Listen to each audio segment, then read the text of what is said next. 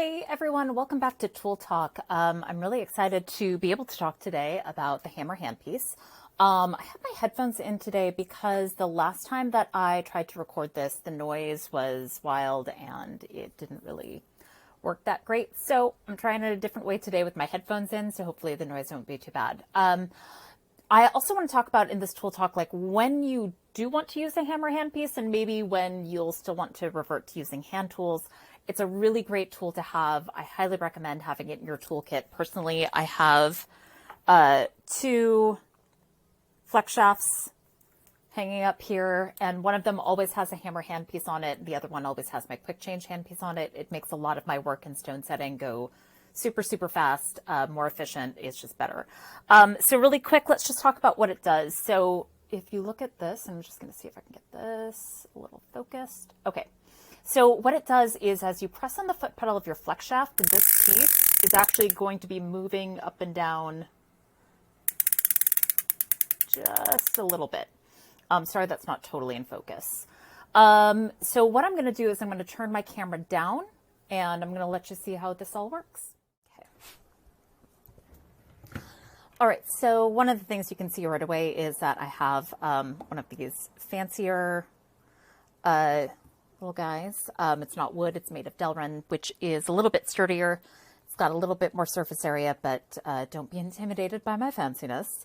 So I want to start by showing you with this ring. So the thing to note is that this is kind of a rough looking ring already. And one of the things I like about the hammer handpiece is that it can be really forceful. So I've got a big, somewhat thicker bezel going all the way around it. And because of the raw, rough look of this ring, I'm not going to be quite as concerned with things like, hey, does that bezel look nice and finished? Because I'll be going over and polishing it to kind of make it match the stone a little bit. So I want to show you how a hammer handpiece can really work to your advantage with something like this. So I'm going to press my foot pedal. And I'm going to be really careful not to hit the stone. And you can hear that I'm going... You can hear that I'm actually going very slowly. I'm not letting it rev like this. In this instance, that does not help me at all. So you need to use it like you would any other tool and just be really judicious and slow. But all I'm trying to do is close some of these gaps to make sure that stone is held in place.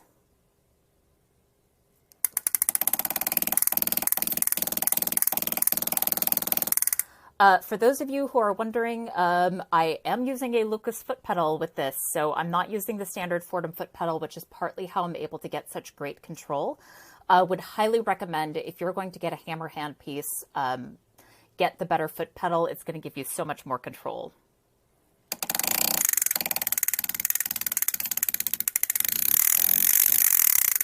Okay.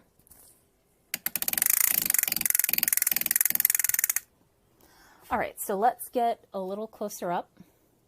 And you can see, like, it closed the gaps. It's not super pretty looking, but I'll be able to go over this with some of my polishing tools and I'll be able to clean that up pretty well. And again, because this is a rougher looking stone, I felt okay about using something as strong as a hammer handpiece, but for some other ones, which I'm also going to show you, so this is just a plain bezel, mostly hand set, and it's a thinner fine silver bezel. So for something like this, I probably wouldn't normally use a hammer handpiece. I'd mostly do this by hand, especially because this is a garnet. I'd be slightly concerned about scratching or chipping. But with a hammer handpiece, I'll just show you what something like this might do. And then I'll also show you, let's see. Oops, wrong flex shaft. That's the only downside of having two flex shafts is sometimes you hit the wrong foot pedal. So again, I have to go through this part very, very delicately and very carefully. I am not trying to get right up to the stone. That would be a disaster. So I have to be very careful. And you can kind of see, let me get this up a little closer. You can see where I did that you know, it's looking a little bit rough and ragged, and that's not really what I'm going for here. So probably if I were to do a setting like this, I probably wouldn't use the hammer handpiece, but for a setting like this, and especially if you have a thicker bezel, I would, because I'd have plenty of metal to remove later. So that's two ways of doing it. The other way I want to show you, so hammer handpieces always come with multiple tips. I keep mine in this old container that I think some face cream came in. So there's a variety of tips. There's something really fine. There's something kind of domed and rounded here, and something smaller and flatter. So if I were to do a bezel like this, oh, and it also comes with this thing. It's kind of like a mini wrench, and you just pop it into the hole on there and twist it off.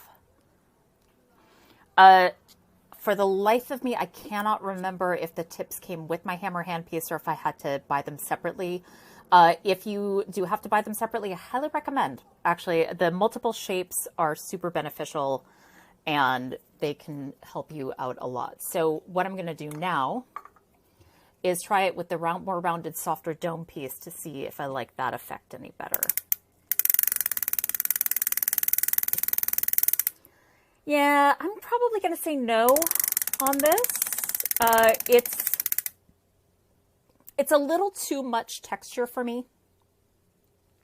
I'm on something like this, on a setting like this, where I have a cabochon that's so smooth and rounded, I kind of want the bezel to match. If I was going for something more like textural, then I would probably go back to using this flat guy. And especially if I was doing a thicker bezel, like something like this, I would definitely use this. But I'm going to say if it were me and I were doing this kind of setting again, I would not use a hammer handpiece. I'd go for something that was just hand set. But I do want to show you the other use for the hammer handpiece. And for that, I'm going to switch now. I'm going to unscrew this. I'm going to switch to the super pointy one. The nice thing about these tools too is that if you, for whatever reason, don't like the finish on here, like I actually decided to make this a little bit sharper, and you can actually use sandpaper to just reshape, polish, do all kinds of things. I am going to tighten it just a little, just to make sure it stays in there. So what I have here is a ring that I've made, and I've got some stones in one side, but let's say that I wanted everything to be kind of brushed and finished. But I want this section here to be like super stippled texture. That's what I'm going to use this small piece for. Now, this process does take a while. And by a while, I mean a few minutes. If you were to do this by hand with a hammer and a punch, it would take you quite a bit. So I'm just going to hold it. Quick note, this is actually one of the few times that I will use a higher speed for the hammer handpiece. For the most part, you saw when I was actually setting stones, I used a pretty low speed, a pretty moderate speed, but for this, I'm going to go high because I don't have to worry about the stones.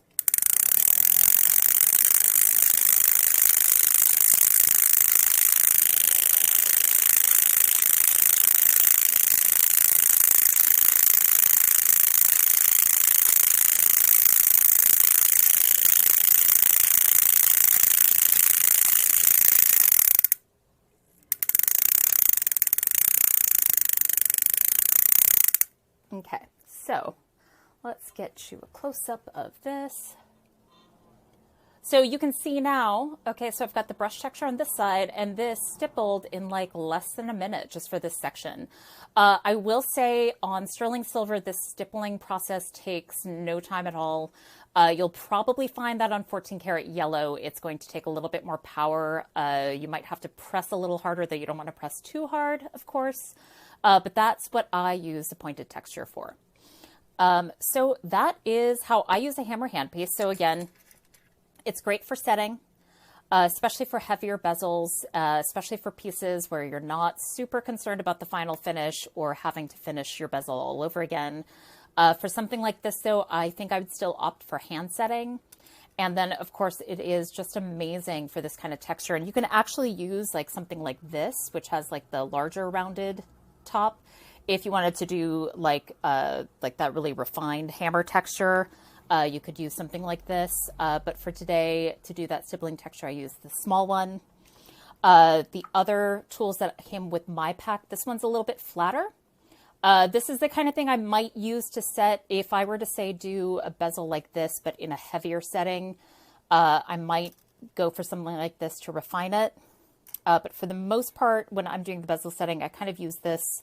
It's very similar to like a bezel rocker, but with a hammer handpiece. Anyway, any questions that you have, drop them in the comments. This question about the hammer handpiece came directly from someone on my newsletter, so please do sign up for my newsletter. I definitely listen to feedback, comments, and suggestions about what kinds of tool talks I should do next. So go ahead and sign up and subscribe to my YouTube channel. Thanks so much for joining me.